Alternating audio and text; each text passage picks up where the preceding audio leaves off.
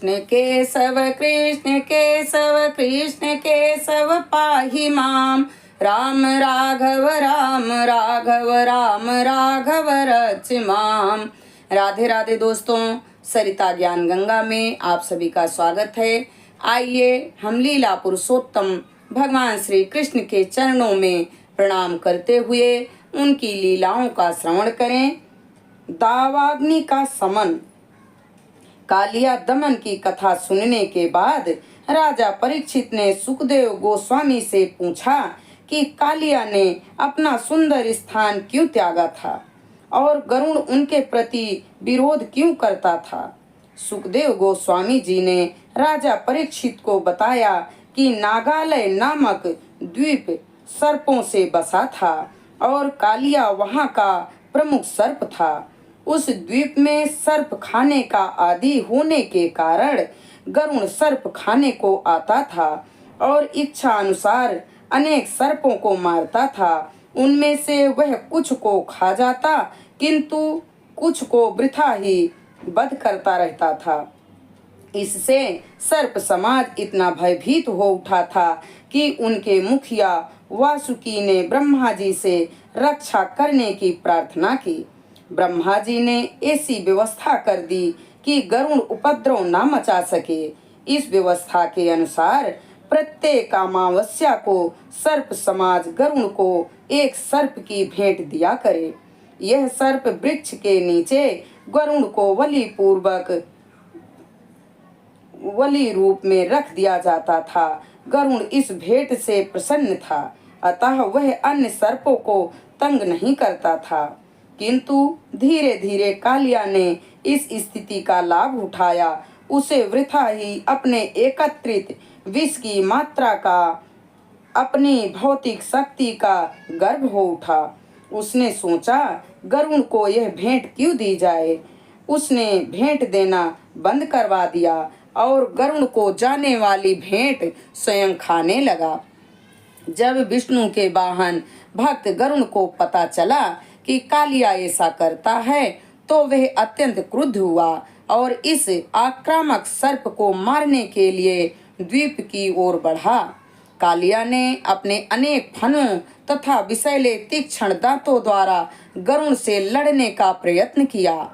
उसने गरुड़ को काटना चाहा, किंतु तक्षक के पुत्र ने अत्यंत क्रोध तथा वेग के साथ अपने तेजमय स्वर्णिम पंखों से कालिया के शरीर पर प्रहार किया। कालिया, जो कद्रु के पुत्र के रूप में विख्यात हैं, तुरंत भागकर कालिया झील पहुंचा, जो यमुना नदी के भीतर है, क्योंकि गरुड़ वहां नहीं पहुंच सकता। कालिया ने निम्नलिखित कारण से यमुना के जल के भीतर निवास किया। जिस तरह गरुड़ कालिया सर्प के द्वीप में जाता था, उसी प्रकार वह यमुना से भी मछली पकड़कर उन्हें खाने के लिए जाता था। किंतु वहां सौंभरी मुनि नाम के एक महान योगी रहते थे, जो जल के भीतर ध्यान करते थे और मछलियों के प्रति सहानुभूति दिखाते थे। उन्होंने गरुड़ को कहा कि वह मछलियों को तंग करने वहां न जाए। वह भगवान विष्णु का वाहन होने के कारण किसी की आज्ञा के अधीन न था, किंतु उसने इसी महान योगी की आज्ञा का उल्लंघन नहीं किया। उसने बहुत सारी मछलियां खाने की बजाय एक बहुत बड़ी मछली पकड़ ली, जो मछलियों की सरदार थी। सौंभरी मुनि अत्यंत दुखी हुए कि गरुड़ मछलियों के सरदार को ले गया। उनकी सुरक्षा के विषय में सोचते हुए उन्होंने गरुड़ को शाप दिया, यदि आज से तुम यहाँ मछलियाँ पकड़ने आओगे तो मैं यह बलपूर्वक कहता हूँ कि तुम तुरंत मारे जाओगे। यह शाप केवल कालिया को ज्ञात था, अतः वह आश्वस्त था कि गरुड़ यहाँ नहीं आ सकेगा। इसलिए उसने यमुना दह में शरण लेने की ठानी, किंतु कालिया द्वारा सौंभरी मुनि की शरण में जाना सफल नहीं हुआ। उसे गरुड़ के स्वामी कृष्ण ने यमुना से मार भगाया। यहाँ यह ध्यान देने योग्य है कि गरुड़ का सीधा संबंध श्री भगवान से है और वह इतनी बलशाली हैं कि उसे ना कोई आदेश दे सकता है न साप। गरुड़ को जिन्हें श्रीमद् भागवत में भगवान के स्तर के समक्ष बताया गया है, स्वयंभरी मुनि द्वारा शाप दिया जाने का अपराध था। गरुड़ ने प्रतिशोध लेने का यत्न नहीं किया था।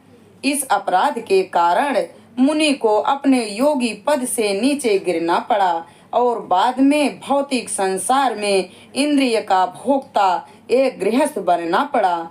इस प्रकार ध्यान के द्वारा आध्यात्मिक आनंद में लीन रहने वाले स्वयंभरी मुनि का पतन वैष्णवों के प्रति अपराध करने वालों को शिक्षा देता है।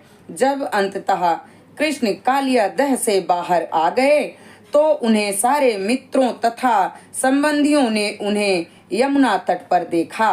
उन सब ने एक एक करके कृष्ण को कंठ से लगाया और अत्यंत शांति का अनुभव किया। माता यशोदा, माता रोहिणी, महाराज नंद तथा ग्वाले इस प्रकार प्रसन्न हुए कि उन्होंने जब कृष्ण का आलिंगन किया तो सोचा कि उन्हें जीवन का अंतिम लक्ष्य प्राप्त हो गया। बलराम ने भी कृष्ण का आलिंगन किया, किंतु वे हंस रहे थे क्योंकि उन्हें पता था कि जब सारे लोग चिंता मग्न होंगे तो कृष्ण क्या करेंगे। वहां पर कृष्ण के प्रकट होने के कारण यमुना तट के सारे वृक्ष, सारी गौएं, बैल तथा बछड़े अत्यंत प्रसन्न थे। वृंदावन के सभी ब्राह्मण तथा उनकी पत्नियां कृष्ण तथा उनके पारिवारिक जनों को तुरंत बधाई देने के लिए आए। महाराज नंद कृष्ण की वापसी से प्रसन्न होकर ब्राह्मणों को अनेक गौएं तथा प्रफुत सोना दान देने लगे। जब नंद महाराज इस तरह व्यस्त थे तो माता यशोदा कृष्ण का आलिंगन मात्र करके उन्हें अपनी गोद में बैठा लिया और निरंतर अश्रुपात कर रही थी। चूंकि रात्रि हो चुकी थी और गौओं तथा बछड़ों समेत वृंदावन के समस्त वासी अत्यधिक थके थे, उन्होंने नदी तट पर ही विश्राम करने का निर्णय लिया। अर्धरात्रि में जब सारे लोग सोए हुए थे तो सहसा एक विशाल दावाग्नि लग गई और ऐसा प्रतीत होने लगा मानो ये शीघ्र ही सारे वृंदावन वासियों को निगल जाएगी।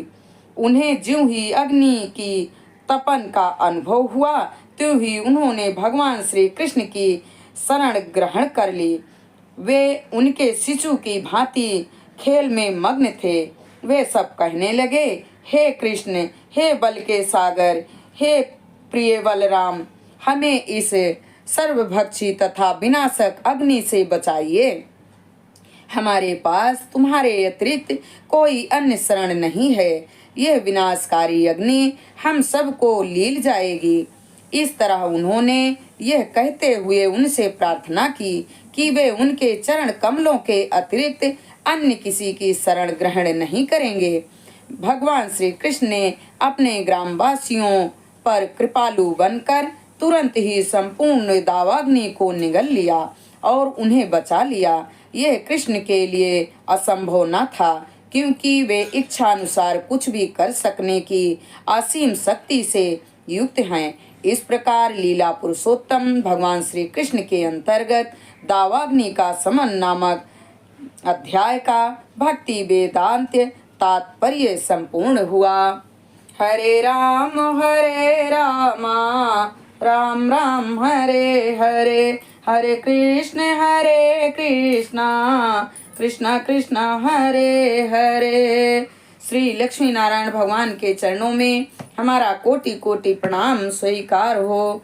लीला पुरुषोत्तम भगवान श्री कृष्ण के चरणों में हमारा कोटि कोटि प्रणाम स्वीकार हो।